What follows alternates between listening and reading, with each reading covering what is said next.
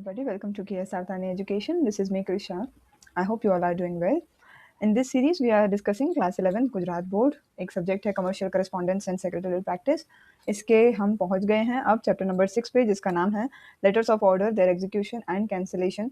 इसका ये first part होने वाला है. जो अब हम पढ़ेंगे वो होगा पूरा थियरी बेस्ड, और जो नेक्स्ट जो इसका पार्ट आएगा उसमें हम मॉडल लेटर्स, थोड़े सैम्पल लेटर्स और थोड़ी एक्स्ट्रा पॉइंट्स को डिस्कस करेंगे. तो चलिए फिलहाल आज के वीडियो से शुरुआत करते हैं, जिसमें पॉइंट नंबर 6.1 से लेके 6.7 तक हमें कंप्लीट करना है. चलिए, तो अगर ब्रीफली इसका हम सिर्फ चैप्टर का टाइटल समझें तो किसी को ऑर्डर देना कि अभी देखिए चैप्टर नंबर 5 अगर आपने अच्छे से समझ लिया तो चैप्टर नंबर 5 में क्या था, हम किसी से इंक्वायरी ले रहे थे. अब मान लीजिए कि मैंने किसी से इंक्वायरी ली, मैंने 4 ट्रेडर्स को लेटर लिखा था कि मुझे फर्नीचर खरीदना है, आप मुझे बताइए क्या क्या प्राइस है, क्या क्या टर्म्स एंड कंडीशंस हैं, कैसे आप ट्रांसपोर्ट करेंगे, कब तक पैसे लेंगे, वगैरह वगैरह. अब मुझे 4 में से कोई एक का जो है वो सही लगा, रेट जो भी दाम है, सारी कंडीशन सब सही लगी, तो उस एक सेलर को मैं ऑर्डर दूँगी. ऑर्डर देने को अपने बोलेंगे लेटर ऑफ ऑर्डर. अब जब वो सामने वाला सेलर मुझे फर्नीचर भेजेगा तो वो भी एक लेटर लिखेगा, उसको बोलेंगे लेटर ऑफ एग्जीक्यूशन, कि मैडम आपने जो ऑर्डर दिया मैं उसको एग्जीक्यूट कर रहा हूँ, आपका ऑर्डर यहाँ से निकल रहा है, जो भी आपका था आपका ऑर्डर वो पैक होकर के यहाँ से अभी डिस्पैच हो रहा है. ठीक है. और कैंसिलेशन का लेटर क्या होता है कि आइदर मेरे साइड से या उस ट्रेडर के साइड से ऑर्डर कैंसिल हुआ तो उसका एक कैंसिलेशन लेटर इस चैप्टर में पढ़ा जाएगा. अब बात करें इंट्रोडक्शन की, तो फील्ड ऑफ बिजनेस के अंदर बायर या कस्टमर जो है बात को शुरू करते हैं. करस्पॉन्डेंस यानी कि कम्युनिकेशन, बातचीत करना, उसको शुरू करते हैं कैसे, इंक्वायरी वाला लेटर लिख के. ठीक है. उसके बदले में सेलर जो है बायर को लेटर लिखता है, इसमें वो बताता है कि क्या प्राइस है, डिस्काउंट, पैकिंग, टर्म्स, कैसे पेमेंट होगा, सब वो बताता है लेटर के थ्रू ही. उसके बाद करस्पॉन्डेंस फिर से बायर करेगा, यानी कस्टमर यानी मैं करूंगी.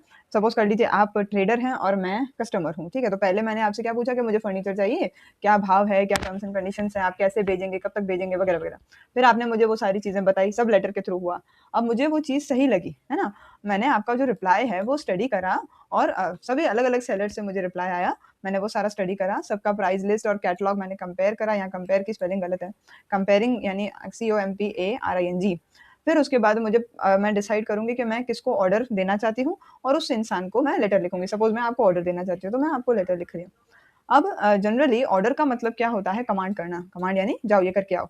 लेकिन कमर्शियल लेटर्स में ऑर्डर का मतलब है कि मैं आपको रिक्वेस्ट कर रही हूँ कि गुड्स या रॉ मटेरियल जो भी मैंने मंगवाया है उसको आप भेजिए. ठीक है.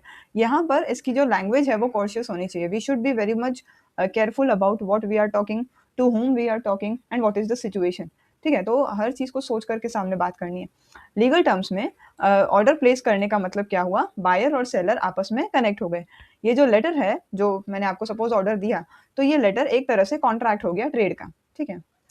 आज के दिनों में जब ट्रायल ऑर्डर प्लेस करा जाता है या तो रिपीट ऑर्डर प्लेस करा जाता है, तो वो कौन कौन से गुड्स चाहिए वो टेबुलर फॉर्म में लिखते हैं. टेबुलर फॉर्म यानी टेबल बना करके क्या क्या चाहिए वो लिख दिया करते हैं, सामने कितने चाहिए वो भी लिख दिया करते हैं. कभी कभी फॉर्म्स जो है प्रिस्क्राइब्ड ऑर्डर फॉर्म भी वो बना के रख दिया करती हैं कि भाई ये मेरा फॉर्म है, आप लीजिए, इसमें भर के दे दीजिए, आपको क्या क्या चाहिए मैं वो आपको दे दूंगा. इस फॉर्म में वो कस्टमर्स के लिए नेसेसरी जो इंस्ट्रक्शंस हैं वो भी डाल देते हैं, और इसीलिए सामने वाले से भूल होने के चांसेस थोड़े कम हो जाते हैं. अगर सेलर जो है ये चाहता है कि उसी ऑर्डर फॉर्म में मेरे पास ऑर्डर आए, तो इंक्वायरी लेटर के साथ साथ वो उस फॉर्म को भी भेज देगा. सपोज आप मुझे चाहते हो कि मैं आपको वो ऑर्डर जो है मैं आप मुझे इसी फॉर्म में दीजिए, तो जो आप मुझे रिप्लाई दे रहे हैं ना मेरी इंक्वायरी का, उसी के साथ आप वो फॉर्म भेज दीजिए कि अगर आप हमें ऑर्डर देने में इच्छा रखती हैं तो इस फॉर्म को फिल कर दीजिएगा. साथ ही साथ कस्टमर या बायर भी एक कवरिंग लेटर उसमें डाल देगा, यानी जब वो फॉर्म फिल करेगा, यानी जब मैं फॉर्म फिल करूँगी आपसे कुछ खरीदने के लिए, तो मैं उसके साथ एक और लेटर डालूँगी कि भई हाँ, मैंने ये फॉर्म भरा है और मुझे ये चीज़ें चाहिए. ठीक है. अब आती हैं कुछ इंपॉर्टेंट पॉइंट्स जो प्लेसिंग एन ऑर्डर वाले लेटर में लिखनी या कंसीडर करनी ज़रूरी है. सबसे पहला है रेफरेंस नंबर, लेटर नंबर या डेट ऑफ रिप्लाई. जो भी हम कर रहे हैं वो सब आपका उसमें मेंशन किया होना चाहिए. ये भी मेंशन होना चाहिए कि आपका customer price, terms and conditions से सेटिस्फाइड है और तभी उसने ऑर्डर प्लेस करा है. दूसरी बात आती है कि क्वालिटी और क्वांटिटी जो है गुड्स और मटेरियल की, वो भी क्लियरली मेंशन करिए. गुड्स और आइटम्स जो हैं वो क्लियरली डिस्क्राइब होनी चाहिए, और अगर मान लीजिए कोई स्पेशल इंस्ट्रक्शन है तो वो भी आप मेंशन कर दीजिए. कई बार कुछ गुड्स होते हैं जिनके प्रति बहुत ध्यान रखना पड़ता है.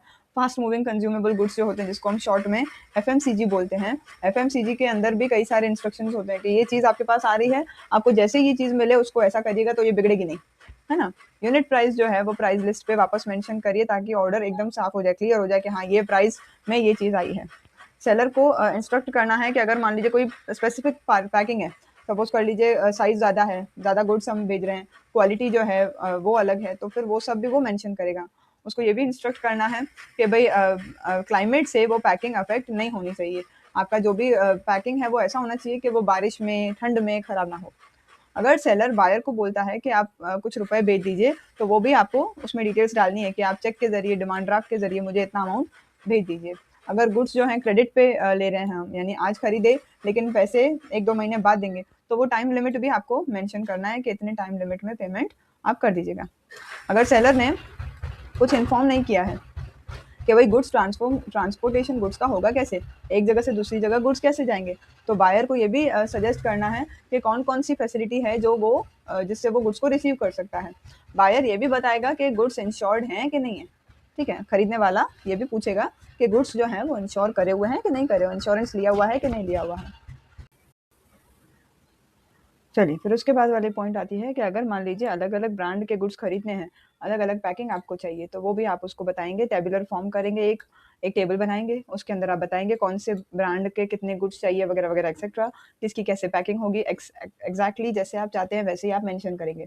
बायर ये भी मेंशन करेगा कि कितने समय में उसको गुड्स चाहिए। क्लियरली मेंशन करिए कि अगर आप मुझे 10 दिन में मेरे गुड्स नहीं बेच सकते हैं, तो मैं आपके गुड्स को रिजेक्ट कर दूँगा, क्योंकि उसके बाद आपके गुड्स का कोई मेरे पास यूज़ नहीं रह जाएगा। एंड में आपको ये भी बताना है कि अगर मैं आपकी सेवाओं से सैटिस्फाई होता हूँ, तो मैं आपको आगे चल कर के बल्क में यानी बड़े ऑर्डर्स जो हैं वो आपको दूँगा फ्यूचर में। ज़रूरी नहीं है हर लेटर में हम ये सारी पॉइंट्स को इंक्लूड करें, लेकिन जो आपके गुड्स के साथ जुड़ती हैं, जैसी जो पॉइंट्स रिलेट करती हैं, उनको आपको इंक्लूड करना है। बात करें एक्नॉलेजमेंट और एग्जीक्यूशन वाले लेटर्स की। जैसे ही सपोज़ कर लीजिए आप सेलर हैं, आपको मेरा लेटर मिला कि मैंने ये ऑर्डर दिया है, मैं बायर हूँ। तो आपको जैसे ही वो लेटर मिलता है, आप मुझे सबसे पहले एक एक्नॉलेजमेंट का लेटर लिखेंगे, जिसमें आप बोलेंगे कि हाँ, मुझे आपका ये ऑर्डर मिल गया है, मैं आपके लिए तैयारी करवा रहा हूँ। इसमें आप थैंक यू बोलेंगे कस्टमर को कि आपने मेरे गुड्स में इंटरेस्ट दिखाया। उसके बाद जैसे इंस्ट्रक्शंस दिए होते हैं पैकिंग के, सारी चीज़ों के, उन सारे इंस्ट्रक्शंस को फ़ॉलो करके आप उनको गुड्स भेजेंगे। डिस्पैच करने का मतलब है आपके यहाँ से गुड्स निकल गए सेलर की जगह से। अब आप उनको एक लेटर लिखेंगे जिसका नाम है एग्जीक्यूशन का लेटर। इसके साथ-साथ क्या-क्या चीज़ें लगती हैं, जो-जो खर्चे हुए, ट्रांसपोर्ट का, रेलवे का, कोई भी बिल, ये सारे खर्चों का जो रिसिप्ट है, ये सब इसी लेटर के साथ अटैच करके भेज दीजिए। ये कन्फ्यूज़न नहीं करिए कि खर्चों का किसके साथ भेजेंगे, एग्जीक्यूशन का, ना कि एक्नॉलेजमेंट के साथ। इसमें सेलर ने बता दिया कि मैंने आपके सारे इंस्ट्रक्शंस को फ़ॉलो करा है और उसी हिसाब से मैंने गुड्स डिस्पैच कर दिए, यहाँ से निकल गए। अगर मान लीजिए आप सेलर ही हैं, आपके पास प पूरा स्टॉक नहीं है गुड्स का, तो या तो आप मुझसे टाइम लिमिट बढ़ाने की बात करेंगे, या तो आप बोलेंगे कि मैं आपको फ़िलहाल थोड़ा ऑर्डर भेजता हूँ, बाकी का ऑर्डर मैं जैसे मेरे पास स्टॉक आ जाएगा तो मैं आपको भेजूँगा। या आप मुझे बोल सकते हैं कि आप मेरे यहाँ से सब्स्टिट्यूट गुड्स खरीदिए, यानी सेम चीज़ पर कंपनी कोई और, है ना? ये सारी चीज़ें इनके साथ जुड़ी हुई हैं, जो एग्जीक्यूशन के लेटर्स हों या एक्नॉलेजमेंट के लेटर्स हों। अब कौन-कौन सी पॉइंट्स हैं वो देखिए। सबसे पहला शुरुआत में आप ऑर्डर लेटर का नंबर लिखेंगे, उसकी डेट, आपने गुड्स कौन से भेजे वो सारे की जानकारी, और साथ-साथ में आप कस्टमर को थैंक यू बोलेंगे कि उसने आपको ऑर्डर दिया। आगे बात करें सेकंड नंबर, जो भी आपने गुड्स भेजे हैं या आप आगे चल कर के भेजने वाले हैं, वो भी आप डिस्क्राइब करेंगे, ठीक है? टोटल अमाउंट कितना बिल हुआ, कितना उनको अमाउंट जो है पे करना है, वो भी आप उसमें लिखेंगे। ट्रांसपोर्ट की रिसिप्ट, रेलवे की रिसिप्ट, डिलीवरी की रिसिप्ट, ये सब आप उसके साथ अटैच करेंगे। पेमेंट बैंक के ज़रिए करनी है, तो आपको बायर को बताना है कि बिल जो है मैंने बैंक में डिपॉज़िट कर दिया है, आप पेमेंट करवा दीजिएगा। क्लियरली बताइए कि जो-जो आपने पैकिंग के रिलेटेड इंस्ट्रक्शंस दिए थे, वो सब हमने फ़ॉलो किया है। गुड्स का अगर इंश्योरेंस लिया हुआ है, तो साथ-साथ में रिसिप्ट जो है इंश्योरेंस का वो भी भेज दीजिए। आपको ये भी बताना है उनको कि मैं एज़ अ सेलर आपको और भी गुड्स भेजने के लिए रेडी हूँ। आपसे मैं फ्यूचर में और बड़े-बड़े ऑर्डर्स की उम्मीद लगा रहा हूँ। डन। नेक्स्ट पॉइंट आती है कैंसलेशन का। नॉर्मली रियल लाइफ में कभी भी कस्टमर या बायर कैंसल करना पसंद नहीं करता उस ऑर्डर को जो वो पहले ही प्लेस कर चुका है। ऐसा क्यों? क्योंकि इससे उसका स्टेटस, गुडविल, प्रेस्टीज, उनका आपसी का रिलेशनशिप सब खराब हो जाएगा। लेकिन कभी-कभी ऐसा होता है कि जो सर्कमस्टेंसेस हैं, सिचुएशंस ऐसी हो जाती हैं कि कस्टमर को ऑर्डर या तो थोड़ा कैंसल करना पड़ता है या पूरा कैंसल करना पड़ता है। और कभी-कभी सेलर के सामने भी ऐसी सिचुएशन आ जाती है कि उसको ऑर्डर कुछ सिचुएशंस में कैंसल करना पड़ता है। ऐसे कुल मिलाकर के 4 एग्ज़ाम्पल्स यहाँ दिए हैं जब ऑर्डर्स कैंसल होते हैं। कभी-कभी कस्टमर बोलता है कि मुझे इतने टाइम में गुड्स चाहिए, लेकिन सेलर उस टाइम लिमिट के अंदर गुड्स भेज नहीं पाता। तो ऐसे में कस्टमर उसको रिमाइंडर लेटर लिखता है। उसके बाद अगर उसको कोई रिप्लाई नहीं मिलता या गुड्स नहीं मिलते, तो वो ऑर्डर को कैंसल कर देता है। उसके पास भी कोई और रास्ता है नहीं। कभी कभी ऐसा भी होता है कि सेलर के पास गुड्स भी होते हैं स्टॉक में, लेकिन वो खुद ध्यान नहीं देता और इसीलिए ऑर्डर कैंसिल हो जाता है। कभी कभी डिमांड जो है वो डिक्लाइन हो जाती है, क्योंकि कभी सीजन खत्म हो जाएगा, कोई नेचुरल प्रॉब्लम आ जाएगी, जैसे बारिश का बहुत ज़्यादा होना, बाढ़ का आ जाना, तो ऑर्डर कैंसिल हो जाता है। और लास्ट सिचुएशन है, अगर गुड्स जो है मान लीजिए फैक्ट्री में मैन्युफैक्चर होते हैं, मान लीजिए क्या होते ही है, तो कभी कभी वहां पर वर्कर्स ने हड़ताल कर दी, फैक्ट्री में आग लग गई, कोई एक्सीडेंट हो गया, तब भी सेलर जो है ऑर्डर को थोड़ा या पूरा कैंसिल कर देता है। कैंसिलेशन ऑफ ऑर्डर जो है उसके लेटर्स को ड्राफ्ट करने के टाइम आप कौन कौन सी चीज़ों को दिमाग में रखेंगे? सबसे पहला, जितना जल्दी हो सके आप उनको टेलीफ़ोन या ईमेल के ज़रिए बताएँगे कि आपका ऑर्डर कैंसल हो गया है, और उसके बाद आप उनको लेटर लिखेंगे, और लेटर के अंदर भी आप उनको लिखेंगे कि इससे पहले भी मैं आपको ये बता चुका हूँ फ़ोन करके या ईमेल के ज़रिए, और आप उनको रीज़न जो है वो समझाएँगे कि आपने ऑर्डर को कैंसल क्यों किया। अगर कस्टमर को उतने समय में गुड्स नहीं मिले जितने की उसने टाइम लिमिट रखी थी, तो उसको ऑर्डर कैंसल ही करना पड़ता है। अब अगर मान लीजिए गुड्स भेज भी दिए गए, तो भी वो उनको एक्सेप्ट नहीं करेगा। अगर कस्टमर ने थोड़ा बहुत पेमेंट कर दिया था ऑर्डर के साथ, तो उसको ये भी बताना है सेलर को कि आप मुझे मेरा पेमेंट रिटर्न कर दीजिए। फोर्थ पॉइंट आती है कि अगर मान लीजिए सेलर ऑर्डर को कैंसिल कर रहा है क्योंकि उसके पास स्टॉक नहीं है, तो वो बायर को ये बताएगा कि कब उसके पास नया स्टॉक आएगा, तब वो ऑर्डर वापस प्लेस कर सकता है।